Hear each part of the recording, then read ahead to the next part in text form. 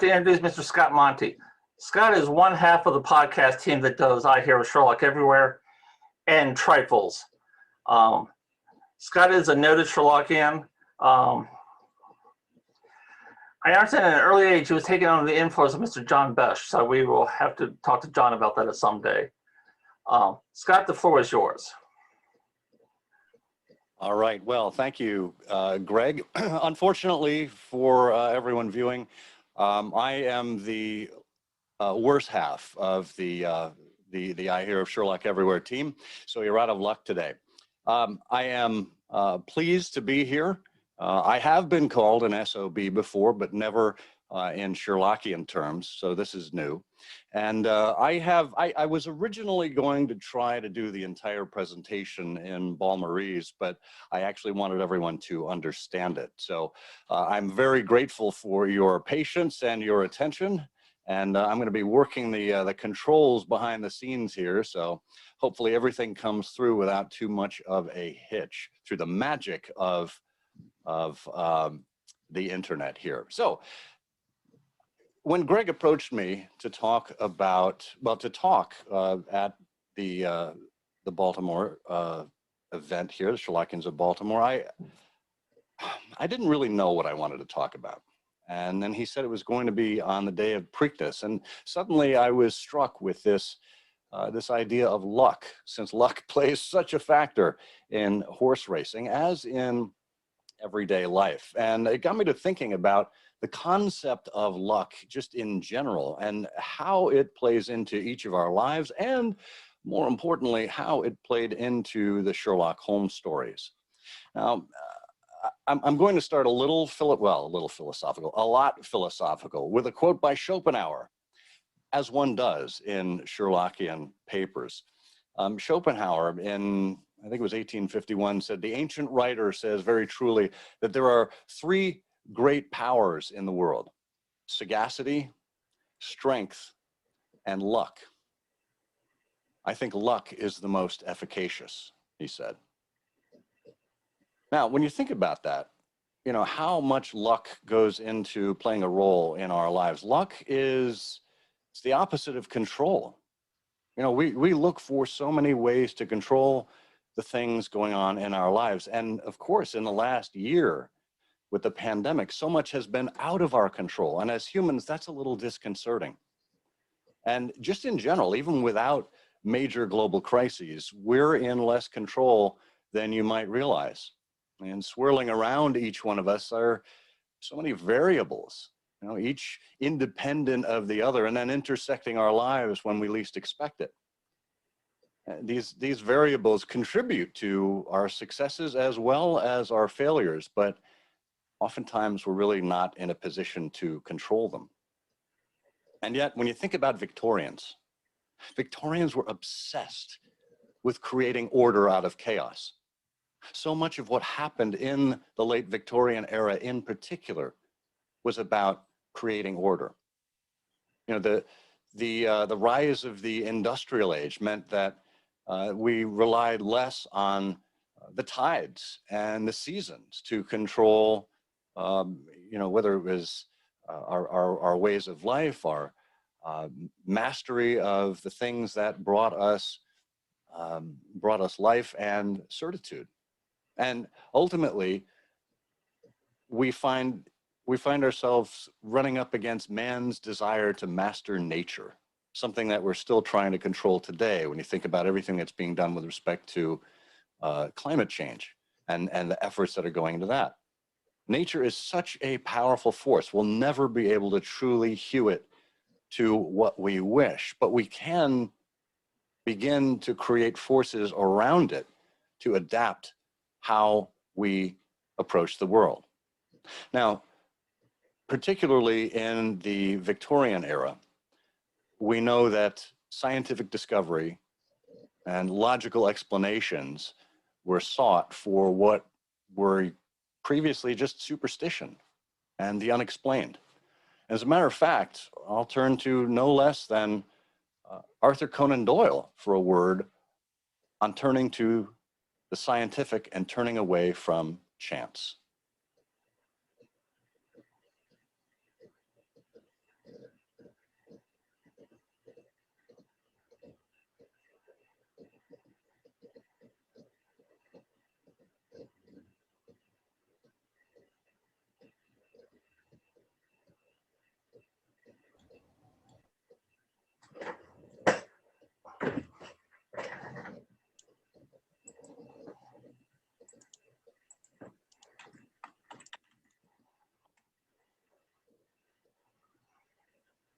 It seems like people are having trouble hearing this. Is that right, Greg? Yes. Scott, when you did the share your screen, did you mark the little box on the bottom that said share the audio also? Yeah, I'm not using Zoom for that, so hang on. I have another solution because I am nothing if not resilient. So let's do this.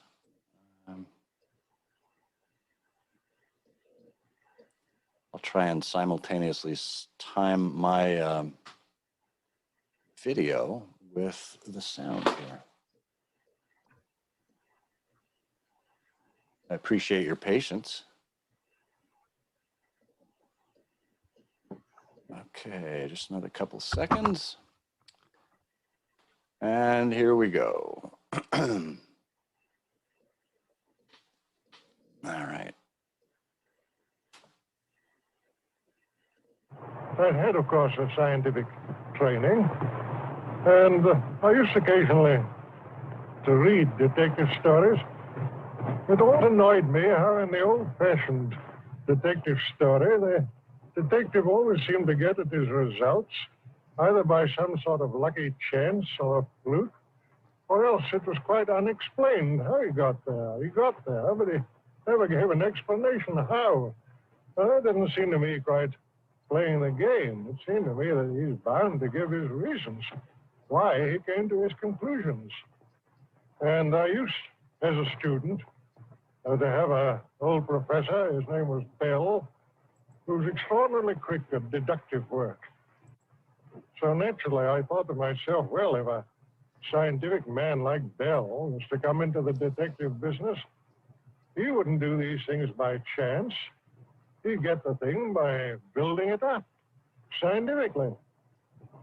So, having once conceived that line of thought, you can well imagine that I had, as it were, a new idea of the detective, and one which it interested me to work out. So suddenly we have Conan Doyle looking at certainty and scientific reason rather than the lucky chance, as he said. And the time was really right for Sherlock Holmes to make an appearance. I mean, he was the personification of Victorian logic and reason. He was a symbol of control in a world where man sought to dominate the forces of nature and of himself. And yet, for all of the control that the industrial age brought to things like travel and manufacturing and food production, there were and still are elements beyond our control. Right? We can't control what people will think about us, nor can we regulate elements that are external to us. Our emotions, our comportment, these are things that are within our own power. Right? Our reaction to things, these are the things that we express that send a signal out to the world about how it is we wish to be perceived. And Sherlock Holmes made this point very aptly in his very first appearance in A Study in Scarlet, when he said, what you do in this world is a matter of no consequence. The question is, what can you make people believe that you have done? Like, this is a 27-year-old Sherlock Holmes, a very young man in his career, starting out, that seems to convince himself that he needs to exude confidence and success in order for people to take him seriously. He is literally a self-made man, having gone to university and prescribed his own field of study. Now, E.B. White in 1944 said, luck isn't something that you mention in the presence of a self-made man. And yet, Sherlock Holmes was very lucky, very fortunate to be living in the time that he did, because it was the perfect time for his powers to come to use. And Holmes would have us believe that he was the master of his universe, a man of reason and science, and one in command of the facts, and able to make the world bend to his wishes. Now, it's not that Holmes dealt in smoke and mirrors. I mean, indeed, he did everything he could to prepare himself for the time that he found himself in. And if we want to talk about preparation, if we want to talk about someone who believed in this notion of chance favoring the prepared mind, this is exactly what Louis Pasteur said. Chance favors the prepared mind. He was a 19th century scientist, of course, and he used that phrase to describe his remarkable ability to invent and innovate across a wide variety of a set of problems. And when you look at his accomplishments, you know, everything from his studies of crystallization and fermentation, the things that aided industries ranging from the dairy industry to silk making, to his work with germs and microorganisms, it opened up entire new fields of scientific inquiry. So you can see that Pasteur was ready for any chance that would happen to him, as was Sherlock Holmes. You know, consider all of his monographs of footprints, 140 varieties of ashes, typewriters, ears. He studied up. He researched. He had material at the ready at just the right moment. Is that something that bothers you too, that Sherlock Holmes seems to have just the right monograph ready or just the right piece of research ready for a particular situation? Yeah, it reminds me of Batman having the bat shark repellent available just at that moment. He was dipped in Gotham Harbor there. I don't think we ever saw any instance of Batman carrying around shark repellent on any other occasion, but I digress. The point here is that Sherlock Holmes prepared himself, and Watson knew it too in the earliest days. Remember in A Study in Scarlet, when Watson created that fantastic list, the list was Sherlock Holmes, His Limits, and he got all the way down to number 9, and it was sensational literature. And Watson rated his knowledge of sensational literature as immense. He said he appears to know every detail of every horror perpetrated in the century. And later in the story, Holmes actually makes good on Watson's observation when he sees blood on the floor. And he says, "It reminds me of the circumstances attendant on the death of Van Jansen in Utrecht in the year 34. Do you remember the case, Gregson?" And of course, Gregson does not. And he says, "Read it up. You really should. There's nothing new under the sun. It's all been done before." So right there, he's making his case that he uses the past to prepare for the present and the future. And similarly, in The Hound of the Baskervilles, he brings up his encyclopedic knowledge of crime. He says, "Students of criminology will remember the analogous incidents in Godno and Little Russia in the year 66. And of course, there were the Anderson murders in North Carolina." Now, those very well could have been completely made up for the virtue of Holmes's benefit, but I think we all believe that Holmes knew his stuff, and he knew that understanding these nuances of crime in the past were incredibly important to his success in the present. And you take these facts, plus all the instances of hearing about his commonplace books, where he kept his clippings and his encyclopedic entries. You know, his collection of M's was a fine one. And again, in the Sussex Vampire, make a long arm, Watson, and see what V has to say. You know, they're filled with these references, and made it clear that Holmes was constantly preparing himself so that any opportunity that presented itself would seem as if things were in Holmes's favor. He didn't leave things up to chance or luck. Now, frequently, we also find Holmes lining up facts and eliminating coincidence as a factor. In other words, he disproves luck had anything to do with things. So, for example, in the cardboard box, right? Holmes is looking at the ears, and he says, "As a medical man, you are aware, Watson, there's no part of the body which varies so much as the human ear. For each ear, as a rule, is quite distinctive and differs from all other ones. Last year's Anthropological Journal, in it you'll find my short monograph, of course, on my pen upon the subject. I had therefore examined the ears in the box with the eyes of an expert and carefully noted their anatomical peculiarities. Imagine my surprise when, on looking at Miss Cushing, I perceived that her ear corresponded exactly with the female ear I had just inspected. Here's the money quote. The matter was entirely beyond coincidence. There was the same shortening of the pinna, the same broad curve of the upper lobe, the same convolution of the inner cartilage. In all essentials, it was the same ear. Fantastic example of Holmes eliminating coincidence as part of his deductions. Moving on to Black Peter. Hopkins said, Mr. Holmes, I don't know how to express my gratitude. Even now, I don't understand how you attained this result. And Holmes says, simply by having the good fortune to get the right clue from the beginning. It's very possible if I had known about this notebook, it might have led away my thoughts as it did yours, but all I heard pointed in the one direction. The amazing strength, the skill in the use of the harpoon, the rum and the water, the sealskin tobacco pouch with the coarse tobacco, all these pointed to a seaman and one who had been a whaler. I was convinced that the initials PC upon the pouch were a coincidence and not those of Peter Carey, since he seldom smoked and no pipe was found in his cabin. You remember that I asked whether whiskey and brandy were in his cabin. You said they were. How many landsmen are there who would drink rum when they could get these other spirits? Yes, I was certain he was a seaman. Right? So Holmes realizes that it was a stroke of luck that he got the right clue from the beginning, but once he had it, he used it to his advantage, and everything else took root as a result.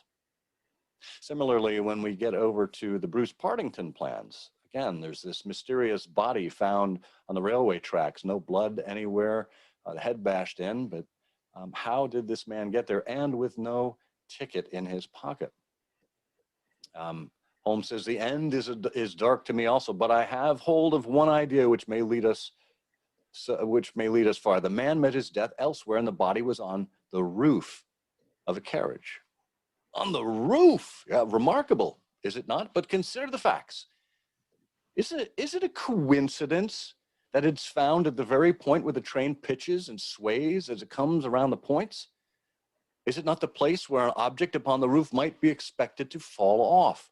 The points would affect no object inside the train. Either the body fell from the roof or a very curious coincidence has occurred. Now consider the question of the blood. Of course, there was no bleeding on the line if the body had bled elsewhere. Each fact is suggestive in itself. Together, they have a cumulative force.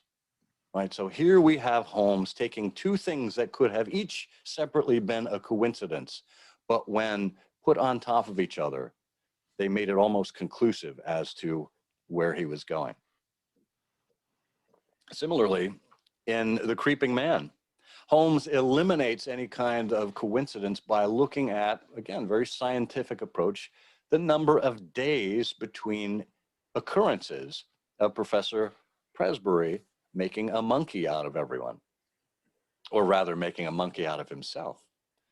He says, the excellent young man's diary shows there was trouble upon July 2nd, and then onward it seems to have been at 9-day intervals, with, so far as I can remember, only one exception. Thus, the last outbreak upon Friday was on September 3rd, which also falls into the series, as did August 26th, which preceded it. The thing is beyond coincidence. Okay, so great instances of Holmes there using the scientific method to eliminate coincidences as the reason behind the particular occurrences. So let's look at a couple of instances now where Holmes was maybe wrong about coincidences in his assessment. Let's take the missing 3/4. Here, of course, Godfrey Staunton has gone missing. He's the star 3/4 for the rugby team.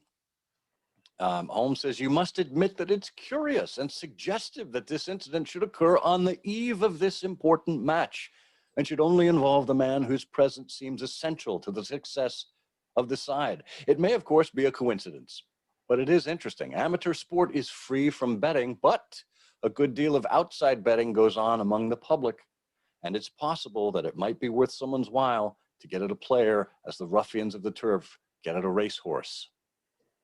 Well, guess what? That was a coincidence. It had nothing to do with the match, or the fact that Godfrey Staunton went missing. It's because he was mourning the death of his young wife and was trying to keep it secret from his uncle. So in this case, it was a coincidence, and Holmes had no way of knowing it at that time. The other instance of Holmes being misled by thinking something is a coincidence when in fact it is not.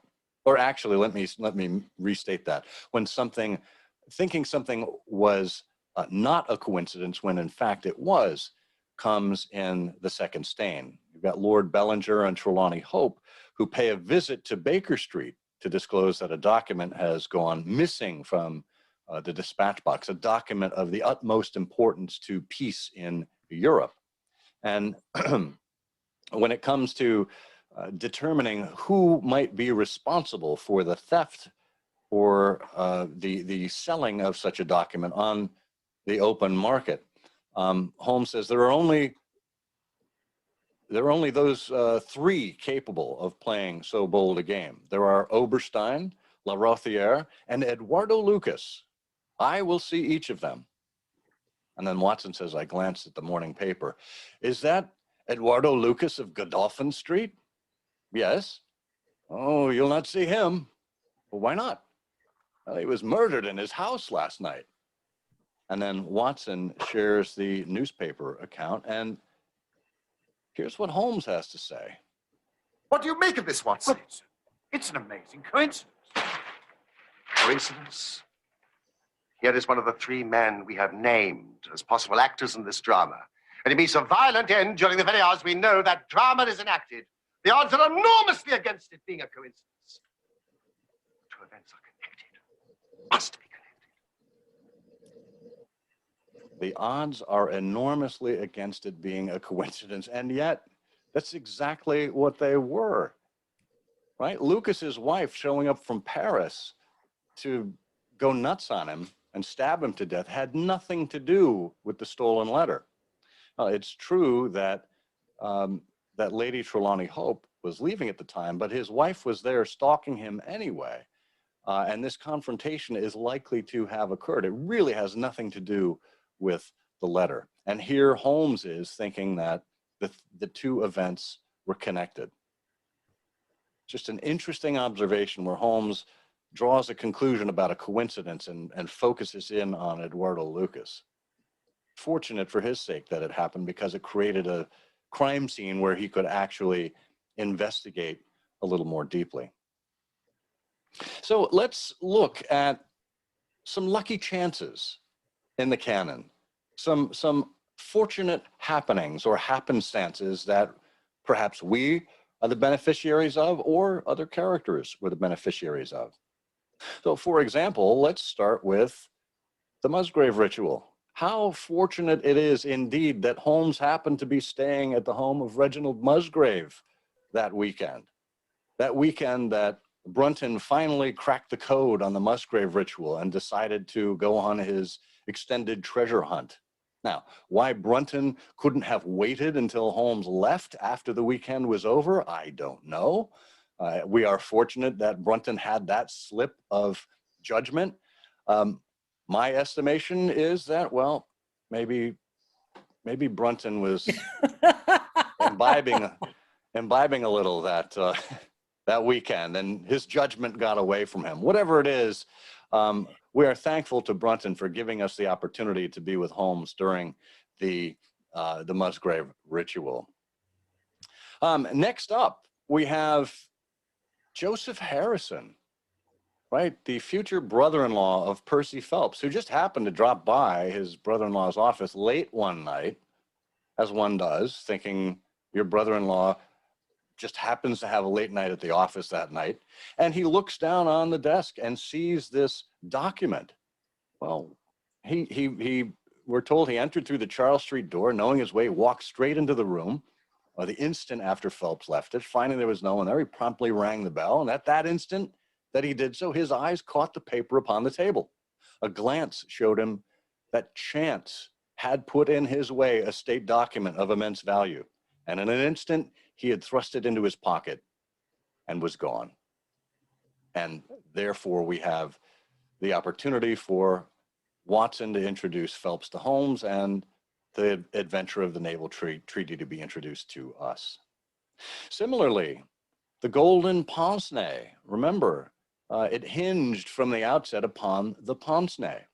But for the fortunate chance of the dying man having seized these, I'm not sure that we could have ever reached our solution, said Holmes. Just think about that. If the pince-nez were not in the hand of the professor's secretary, where would we be? I mean, sure, he said, Professor, it was she, but beyond that, we wouldn't have had as much information to go on. Holmes would have been perhaps rooting around in the dark for a little longer than necessary. So those are some kind of lucky chances, but let's just finish with plots where luck or chance played a significant role in how we think about things. Certain stories, they have happenstance or chance as a theme or as a significant factor in how certain characters make choices, or in some cases have choices thrust upon them. You think about A Study in Scarlet, or Jefferson Hope. He was a man of, well, he was driven by vengeance, right? But he didn't want to see himself as a rank assassin. He was willing to leave things up to chance, or at least up to a just providence. And when he's talking about his interaction with Drebber, he said, "But it was you who broke her innocent heart," I shrieked, thrusting the box before him. "Let the high God judge between us. Choose and eat. There is death in one and life in the other. I shall take what you leave. Let us see if there is justice upon the earth, or if we are ruled by chance." Right, so in this case, we have Jefferson Hope, who believes in his heart of hearts that there is a hand that will sway the scale of justice here and tip it in the right direction, when in fact, it really is a 50-50 chance.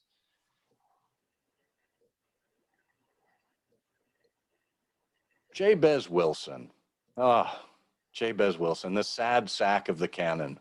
Here's a guy who thought he had actually come into some really amazing luck. After Duncan Ross finished signing him up for the Red-Headed League, Jabez Wilson said, "He bowed me out of the room and I went home with my assistant, hardly knowing what to say or do. I was so pleased at my own good fortune."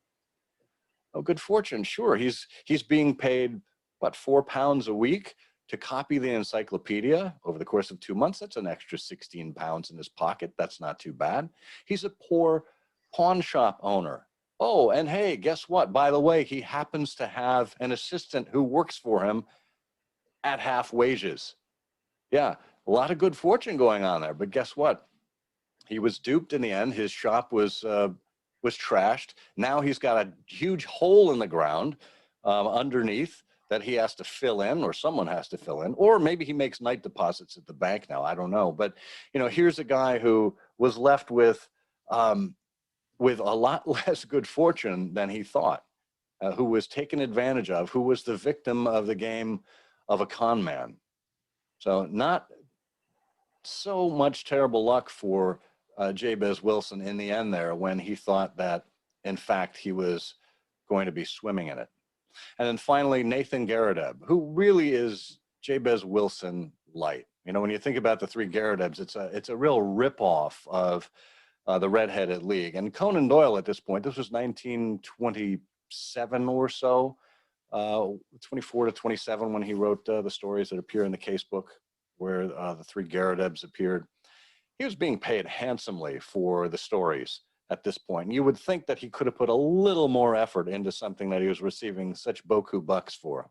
But Nathan Garadeb was told that if he could find this third Garadeb out in the country, then he would be a very rich man indeed. And he said, but you can imagine, Mr. Holmes, what a terrific shock, pleasant but terrific, it was for me when I heard of this unparalleled good fortune. Well, that house of cards all fell down. And we heard later that our poor old friend, as Watson wrote, never got over the shock of his dissipated dreams. When his castle in the air fell down, it buried him beneath its ruins. He was last heard of at a nursing home in Brixton. So all in all, Sherlock Holmes' preparedness gave him a command of the subjects that prepared him for almost every opportunity placed before him. It gave him an air of confidence that made him seem impervious to whims or luck, and made him seem a very successful detective, as of course he was. And yet, as we've seen, coincidences did pop up from time to time, affecting his judgment either for the better or the worse. Chance did play a role in the circumstances of many of the characters in the canon, more than we have time to get into today. I mean, there are so many references of fortunate and good fortune and chance and luck and coincidence that we could simply get lost. The canon is really a great summary of stories that have to do with the chance and buffers that life throws at all of us. But suffice it to say, we're the ones who are fortunate.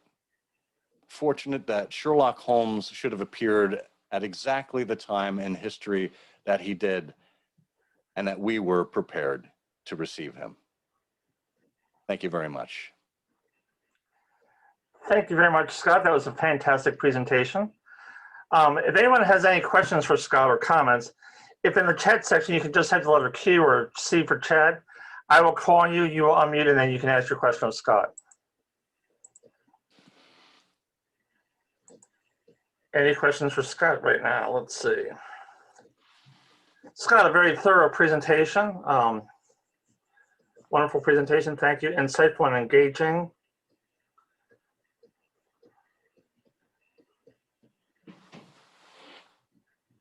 Scott, it looks like you covered the topic so thoroughly. Oh, John Geehan, you have a question. John, unmute, please. Thanks, Greg. Scott, off topic, but are you and Bert doing another live video episode anytime soon? Oh, how can we disappoint our fans? Of course we are. Or maybe it'll disappoint you if we don't do. I don't know. We will plan something at some point in the future. Our schedules have just been so busy, it's been difficult. And there have been so many great competing Sherlockian video sessions that we didn't want to actually mix things up. We wanted to leave it to the professionals. But we'll probably do something fairly soon for Trifles and I Hear of Sherlock Everywhere fans. Great, excellent presentation. Thank you.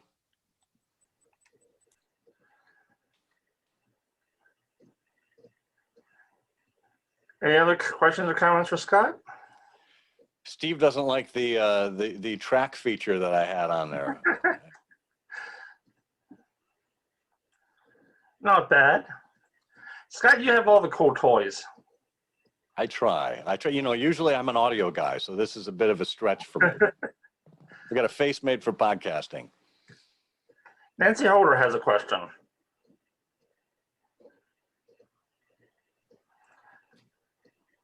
Sorry, I'm unmuting myself. I can't see myself, but I'll ask Scott this question.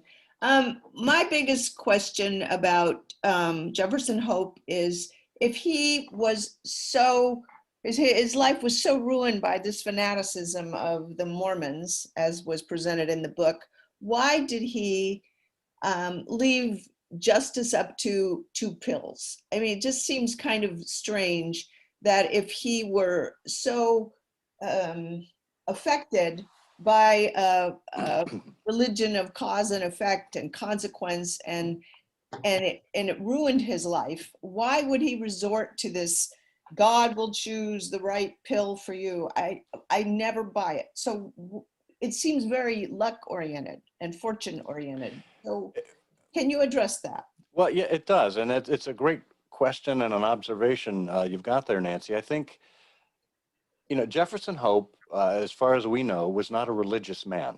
And yet he was constantly surrounded by religion, living in Utah as he did, and coming to understand the Conan Doyle version of the Mormons. You know, we know there are some stretches of the truth there, some liberties that Conan Doyle took. But let's just go with that for a moment. He was a man who was very affected by religion, and he saw what kind of effect it had on his beloved and how her life was destroyed. And I think in some ways, you know, being a man of nature, you know, being a man who probably had lots of interaction with Native Americans at the time, probably understood spirituality at a certain point. And like I said, I don't think he wanted to see himself as purely as an assassin. These men didn't kill Lucy Ferrier with their bare hands. They killed her spirit. And for him, you know, murdering them in cold blood would not be of the same level, I don't think, and leaving it up to some just providence. And there's another instance of just providence I wanted to mention too. I thought of it when I was writing the paper here. Think about the crooked man. Henry Wood comes back, scares the bejesus out of oh gosh, what's his name? Colonel. Is it Holder? Barclay. No, Barclay. Colonel Barclay. Yeah, I'm looking at Nancy Holder. I'm going, no, Colonel Barclay. And they basically say, you're responsible for his death. And he says, it wasn't me that killed him. It wasn't I that killed him. It was a just providence that killed him. In other words, karma got him. Okay. Right. So whether you believe in a particular religion or you're spiritual or believe in karma, I think this is what Jefferson Hope had in mind. And he was perfectly happy to go to his grave, knowing that he did his utmost and showed up and at least tracked these guys down and told them that he knew that they were responsible for his beloved's death and would have done his best to avenge them, to avenge her in the process. It was, like I said, it was a 50-50 chance. How fortunate we were that we had an author who knew which way to kind of tip the scales. Thank you, Scott. Sure. Scott? Scott? Yes. Les. Yeah. Hi, Les Moskowitz. How are you, Les? Good to see you. Yeah, it's been a while. It has. Very good talk. Very good talk. There was one error and one omission. Okay. Okay, the error was you mentioned that in the Musgrave Ritual, it was luck that Holmes happened to be there right after Brunton had disappeared. Actually, Holmes was there at Musgrave's request. He came to visit Holmes to ask to why the Brunton had disappeared. So you're right. You know what? That shame on me for confusing the Granada version with the canonical. Okay. All right. The omission is in the Blue Carbuncle. Holmes tries to find out where the goose was, where the goose had come from, and when he gets to ask Breckenridge, Breckenridge won't tell him. So Holmes proposes a bet. He bets that the goose was country bred, and it could have been town bred, it could have been country bred, and he lost, and it was just chance that that he voted that way. That's a really interesting point, Les. I hadn't thought of that. Had he taken the same side as Breckenridge, right, we wouldn't have discovered it. I gave a talk. I gave a talk where I indicated that Holmes really knew that it was town bred, and that was the part of my talk that I like that. And in that case, maybe Watson could have played the foil and kind of forced the issue, but you're right. Kind of out of the gate like that, it's pretty fortunate that Holmes chose as he did. Yeah. As I say, I really enjoyed this talk. It's nice to see you again. Thank you. Thank you, Les. Thank you also to Scott Monty again. Fascinating presentation. Thank you very much for joining us today. In a few minutes, you'll become a certified SOB. I'm sure you're anxiously awaiting.